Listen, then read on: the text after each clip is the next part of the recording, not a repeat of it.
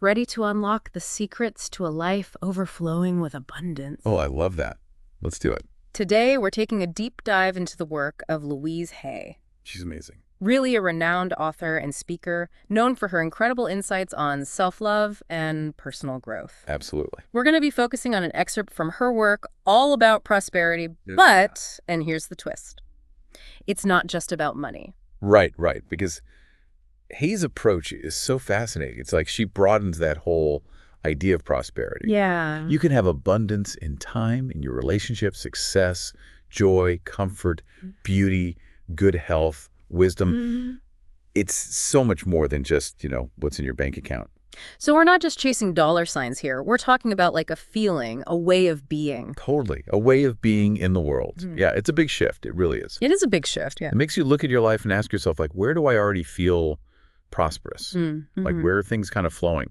And then on the flip side, where does it feel more like, as Hay calls it, poverty? Ooh, poverty. Where do we feel that lack? Yeah. That word, poverty, it just kind of hits home. It does. Because it really highlights the difference between living abundantly and constantly feeling that scarcity. Exactly. What are some ways this shows up for people? Well, one example Hay uses is the feeling of always being rushed versus having ample time. Okay. If you constantly feel pressured, like there's never enough time to get everything done, that's a form of poverty when it comes to time. But if you feel like, hey, I've got all the time in the world, to accomplish what I need and want to do, that's a sign of true prosperity in that area. It's funny because hearing you say that, I realized like so many of us were running around feeling time poor, just constantly trying to squeeze more in. Yes. And we've just accepted that. We have. Like, that's just the way it is. But that's exactly the kind of mindset shift Hay is challenging us to make, to question these assumptions, and imagine a different reality. So you might be thinking, okay, how do I actually apply this idea of expanded prosperity in my life? Right. Well, Hay offers this really powerful image that helps us understand. Oh, I love her imagery. Yeah. She asks us to imagine ourselves standing before a vast ocean. Okay, I can see it. And this ocean, it represents just this infinite abundance of the universe, overflowing with everything we could possibly want. Love, joy, success, health, wealth, you name it. Right, it's all there. It's all there. But here's the catch. We're standing there with a container in our hands. Okay, with a container. And in the size of that container, our ability to draw from that ocean is determined by our own consciousness, our beliefs, and our willingness to receive. That's it. It's not about how much the ocean holds. There's always enough for everyone. Right. It's about how much we believe we deserve. Yeah. And how open we are to receiving it. So it's like if someone's standing there with a tiny little thimble, they're only going to get a tiny little drop. But someone with a huge bucket, they could take so much more. Exactly. Does that mean that some people are just destined to have bigger buckets than others? Not at all. No. No. The size of our bucket isn't fixed. It can grow and expand as we shift our consciousness, our beliefs. Okay, that makes sense. Yeah. But how do we do that? How do we get a bigger bucket? Well, one way is through the law of giving and receiving. Okay. Hay believed that what we give out, we get back. And this applies to everything in life. Yeah. Our time, energy, love, money, kindness, honesty. It's like a universal principle governing the flow of energy. So if someone is constantly focused on what they lack, feeling resentful toward those who have more, they're essentially blocking the flow of abundance into their own life. They are. They're cutting themselves off, yeah. But if they can shift that focus to giving generously, expressing gratitude for what they already have, then they become more open to receiving even more. Precisely. And it's not just about material things either. Giving your time, energy, attention, kindness, love, all of that counts. Right. Being generous with your spirit and sharing your unique gifts with the world, that's what really opens the floodgates. And Hay really drives this point home with a specific example that I think many of us can relate to. Oh, yeah. Stealing, even something small. She talks about like taking office supplies or shoplifting from a department store and how these actions reflect a poverty mindset. It's so subtle, right? Yeah. But it highlights that underlying belief that there isn't enough. And when we steal, we're telling the universe, I can't afford this. I have to take it. Right. And that belief, that scarcity mindset, it keeps us stuck in a cycle of lack. It's almost like those small actions just reinforce our own sense of not having enough. Exactly. And what's interesting, she says this applies to relationships too. Like, if you're always taking without giving back, that imbalance can create resentment and just kind of deplete you. That's such a good point. The law of giving and receiving isn't just about stuff. It's about the energy exchange in all of our interactions. So if we want to experience true abundance in our relationships, we need to be giving as much as we're receiving, whether it's our time, attention, love, or support. Yeah. It's all about creating that balance. And that actually leads us to another key aspect of Hay's teachings, deserving and accepting. Okay. It's not enough to want something. We have to believe we deserve it and be open to receiving it. That's where so many people get stuck, right? Like, they want abundance, but somewhere deep down, they don't feel worthy of it. Absolutely. And Hay suggests that when we lack something we desire, it's often because we're blocking it on some level. Maybe we have subconscious beliefs about not being worthy or deserving, or maybe we're afraid of what might happen if we actually achieved our goals. Those blocks can really prevent us from fully receiving all the good that's available to us. So how do we identify and overcome those blocks? How do we learn to believe we deserve all the good things life has to offer? Well, that's a great question, and one we're going to dive into next time. Sounds good to me. But for now, let's take a quick break. We'll be back soon to continue our exploration. Welcome back. Last time, we were talking about expanding our whole idea of prosperity. It's not just money. And we talked about that powerful ocean analogy. Right, that vast ocean of abundance. Yeah, it's always there, but it's the size of our container, you know? Right. Shaped by our beliefs and our willingness to receive, that determines how much we can draw from it. Exactly. We also touched on, like, deserving and accepting abundance and how a lot of us might be unknowingly blocking it. It's so common. Yeah. So those blocks, that's what we're going to kind of explore further today. Okay. Specifically, how our thoughts and beliefs can either limit or expand our experience of prosperity. This is really where the rubber meets the road in Hay's work. It is. It's where the transformation happens. Okay, so let's unpack this a little bit. We hear so much about, positive thinking these days. Oh, yeah. It's everywhere. But Hay goes beyond that. It's not just about slapping on a happy face, is it? No, not at all. She gives us a framework for understanding why our thoughts are so powerful. Remember that quote, what we focus on expands. Oh, yeah, I heard that one. It's not just a catchy phrase, it's a fundamental principle that she applies to every area of life, including prosperity. So if we're constantly, like, dwelling on debt and lack and negativity, we're actually, like, feeding those experiences, making them stronger. We are. Whatever we give our attention to grows. It's like watering a plant. But here's the good news. Okay. We have the power to choose where we direct our focus. We can choose to focus on gratitude, abundance, and possibilities instead. That's where real change starts to happen. So it's about consciously directing our thoughts, not just waiting for those positive thoughts to magically appear, right? It sounds like actively training our minds. That's a great way to put it. And one powerful tool for this mental training is the practice of gratitude. Hay talks a lot about gratitude in the context of prosperity. Why is gratitude so important when it comes to attracting abundance? It's a nice feeling, but how does it actually work? Okay, think of gratitude as a magnet for abundance. When you're genuinely grateful for what you already have, it's like sending a signal to the universe, saying, hey, I appreciate this, and I'm open to receiving more. It's a powerful statement of abundance in itself. So instead of focusing on what we lack, we can choose to appreciate, the roof over our heads, Right. the food on our table, the people in our lives, those simple everyday blessings. Those simple blessings are so powerful. And when you focus on what you already have, it creates a feeling of abundance, which in turn attracts even more to be grateful for. It's a beautiful cycle. And this brings us back to that ocean analogy, doesn't it? Oh, yeah. If we're standing there with a tiny thimble, focused on how little we have, we miss out on that vastness of what's available. But if we can expand our capacity for gratitude, it's like we're upgrading to a bigger bucket ready to receive more. I love that. Gratitude really is the key to unlocking a bigger bucket. And speaking of shifting our focus, Hay offers another powerful suggestion. Reframing our perspective on things we typically see as negative. Oh, okay. Like bills, for example. Bills. Ugh, most people dread bills. Yeah. Myself included. How can we possibly reframe bills as something positive? I know it's a challenge. I But Hay invites us to view bills not as enemies, but as opportunities to circulate abundance. So instead of like getting stressed when a bill arrives, we can choose to be grateful for the service or product we received. Right. And like feel good about being able to pay for it. Exactly. Exactly. Money is just a form of energy. When you pay your bills, you're contributing to the flow of abundance in the world. It's like acknowledging that we have the means to meet our financial obligations, and we're happy to do so. And by doing that, you're not just changing your mindset, but you're aligning yourself with that flow of abundance. You're essentially saying, I am prosperous, I have the means to pay my bills, and I'm grateful for the opportunity. I can see how that shift in perspective could like make paying bills less stressful, even like empowering in a way.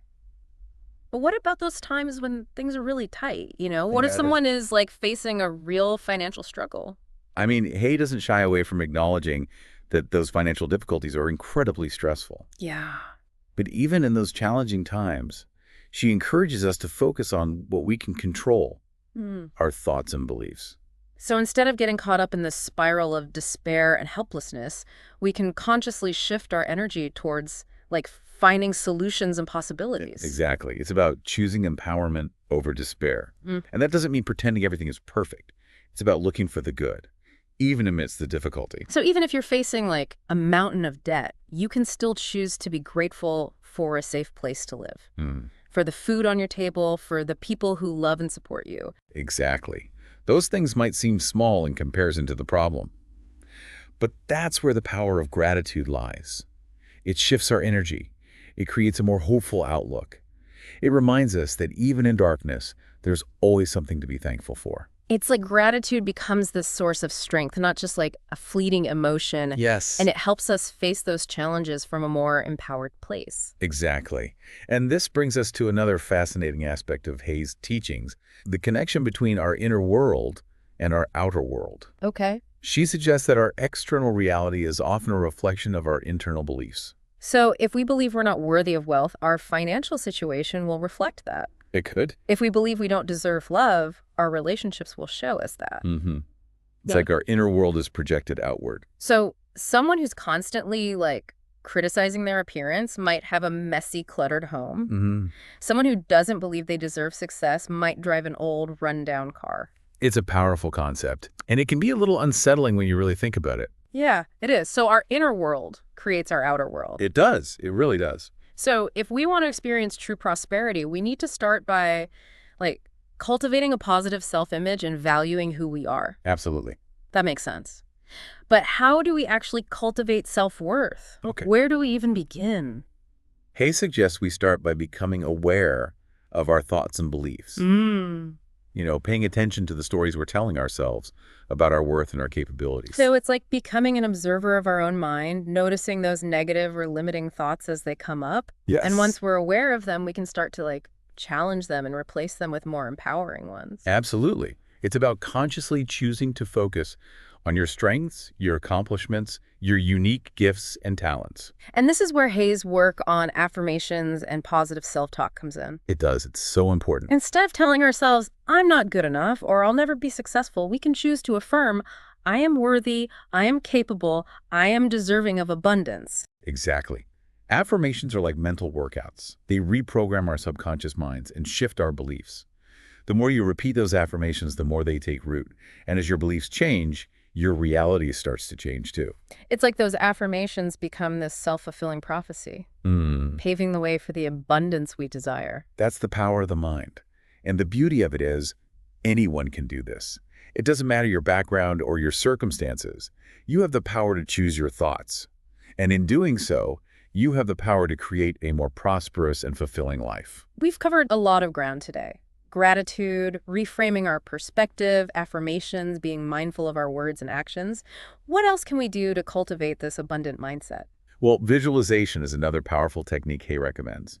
You can use your imagination to create a vivid picture of the abundant life you desire. So we can imagine ourselves living in our dream home, driving our dream car, traveling, having fulfilling relationships, enjoying good health. Exactly. The more detailed and emotionally engaging the visualization, the more potent it becomes. So it's not just about seeing those images in our mind, but about feeling the emotions, like as if we're already living that abundant life. Yes, It's about embodying the feeling of abundance, experiencing that joy, gratitude, and excitement that comes with it. You're sending a powerful message to the universe that you're ready to receive this abundance. So it sounds like visualization is a way to kind of align ourselves with the frequency of abundance, making it more likely to manifest in our lives. Exactly. And we can do this anytime, anywhere. Absolutely. Take a few moments each day to close your eyes, relax, and just let your imagination create that vibrant picture of abundance.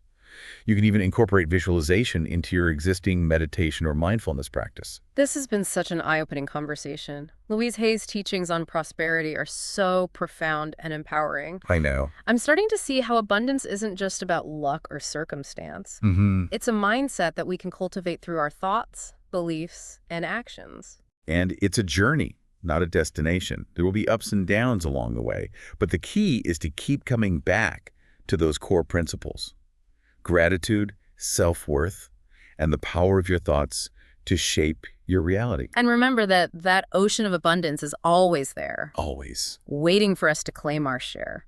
Beautifully said. Before we wrap up this part of our deep dive, there's something Hay said that really stuck with me. Oh, yeah. She said, remember, no matter where we are or whatever is happening, it's a reflection of ourselves. But it's only a thought, and a thought can be changed. Wow. What does that mean to you? Oh, that's a powerful statement. And it speaks to the core of Hay's teachings, She's reminding us that we're not victims of our circumstances. We have the power to choose our thoughts. And in doing so, we have the power to change our reality. So if we're unhappy with our financial situation or our relationships or our health or any area of our lives, it's not because we're stuck. It's because of our thoughts and beliefs. Right. And if we can change those thoughts and beliefs, we can change our reality. Exactly. And it's never too late to start. No matter where you are in life, no matter what your past experiences have been, you can always choose a new thought, a new belief, a new direction. It's like we have the power to rewrite our own stories, to create a more abundant and fulfilling future. Absolutely. It's an incredibly empowering message. It truly is. I think it's a message we all need to hear. It is. I have a feeling Louise Hay would be very happy to share this message with the world. Well, on that inspiring note, let's take a moment to reflect on everything we've explored. And when we come back, we'll wrap up our deep dive into Louise Hay's teachings on prosperity with some final thoughts and key takeaways. Sounds good. See you soon. Welcome back to our deep dive into the world of Louise Hay. I don't know about you, but Oh, tell me about it. after exploring all this, the power of our thoughts Yeah. and beliefs Power belief. to shape our experience of prosperity, my mind is buzzing. It's a lot to take in. It is. It's like we've been handed this whole new set of tools Yeah. for creating abundance. Absolutely. It's exciting, isn't it? It is. It really is. And it's not about waiting for some external force to like bestow abundance upon us, but it's about recognizing. Yeah. It's an inside job. It is. We hold the power We do. to create the life we desire. It's a powerful concept. It is a powerful concept. It really is. So as we wrap up our deep dive, Okay. let's distill some of the key takeaways for our listeners. All right. What are the most important nuggets of wisdom that they can walk away with today? Well, I think first and foremost, remembering that prosperity is so much more than just money. Right. It's about experiencing abundance in all areas of life. Time, love, success, joy, comfort, beauty, wisdom, good health. It's everything. It really is. It's a holistic concept encompassing all aspects of well-being. And it all starts with our thoughts and beliefs. It does. It always comes back to that. That's where the magic happens. That's the foundation. Hay reminds us that what we focus on expands. Yeah. So if we want to experience more abundance, Right. we need to shift our focus from scarcity to possibility. Exactly. From lack to gratitude. From lack to gratitude. Yeah. And it's not about denying the challenges, right? Oh, no, not at all. But it's about choosing where we direct our energy, our attention. Absolutely. We have the power to cultivate an abundant mindset. And Hay gives us so many practical tools to do that. And she does practices like, affirmations, visualizations, Gratitude exercises. gratitude exercises. All of these things can help us shift our thinking They can. and start to create that abundant mindset we're talking about. And I love how she emphasizes that our external world Oh, yeah. is often a reflection of our inner world. It's so true. So if we want to experience more abundance in our lives, Right. we need to start by looking inward, cultivating a positive self-image. Self-love and acceptance are the foundation, really, They are. upon which a truly prosperous life is built. Mm. It's about recognizing our inherent worthiness Yeah. and believing that we deserve to receive all the good that the universe has to offer. This has been such a rich conversation, and I'm feeling like a renewed sense of hope Oh, me too. and possibility. It's so inspiring. It is. So as we bring our deep dive to a close, Okay. what final words of wisdom would you like to leave our listeners with today? Well, I think just remembering that creating a life of abundance, it is a journey, not a destination. Mm-hmm. There are going to be ups and downs. There'll be moments of doubt, moments of triumph. But the key is to keep coming back to the core principles we've discussed. Gratitude, self-worth, and that understanding that our thoughts have the power to shape our reality. Beautifully said. And remember, that vast ocean of abundance is always there, Always there, yeah. waiting for us to dive in. Until next time, dear listener, may your journey be filled with joy, abundance, and all the good that life has to offer.